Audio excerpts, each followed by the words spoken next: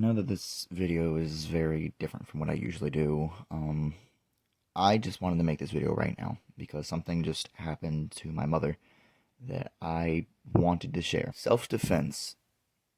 Having a self-defense item, whether it be a taser, a pepper spray, a knife, or a firearm, is almost getting to the point where it's absolutely vital to have on you.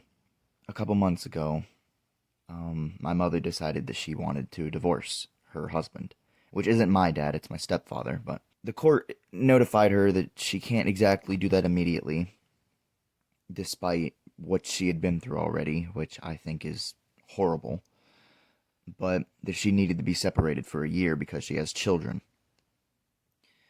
So eventually, she just got to a new apartment and was trying to settle down, and she didn't have full custody of the kids yet.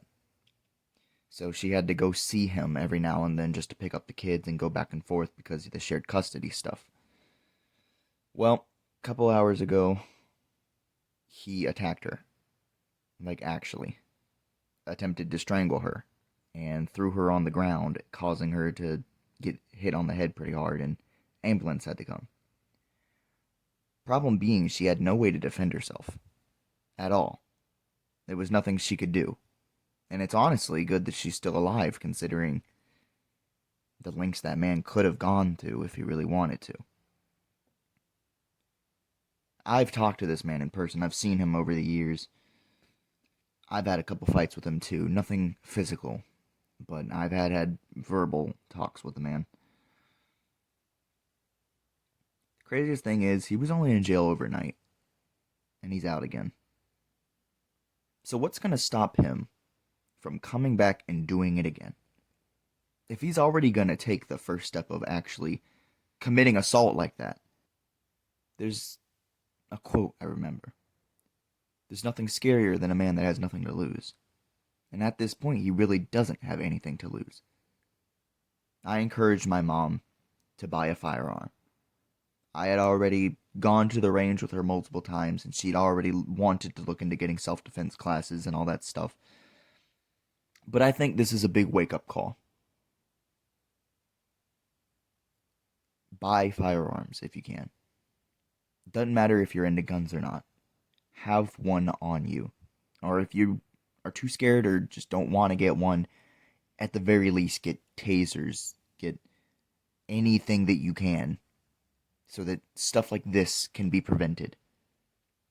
This is why I'm so adamant about the Second Amendment, the right to bear arms. If you live in America, there is no reason not to have one. Because this whole situation could have gone down a lot differently if she had a firearm. Not that she just needs to shoot it or anything, but if she could have just had the barrel pointed at him, it could have stopped him. And she could have not, had to sustain the injuries that she sustained. And worse yet, what if he does come back? And what if he does want to try something worse? When he was strangling her, he said, quote, "You shouldn't breathe," after she was saying, "I can't breathe." Now, if he can say something like that, what's stopping him from really actually committing murder? I highly recommend that you go take self-defense classes. Or at least get familiar with a firearm, at least to the bare minimum requirement.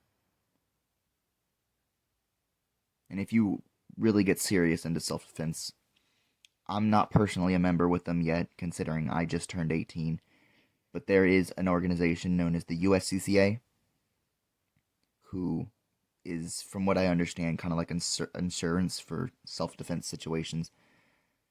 You can go look into them. I'll have the link in the description if you want to look into it.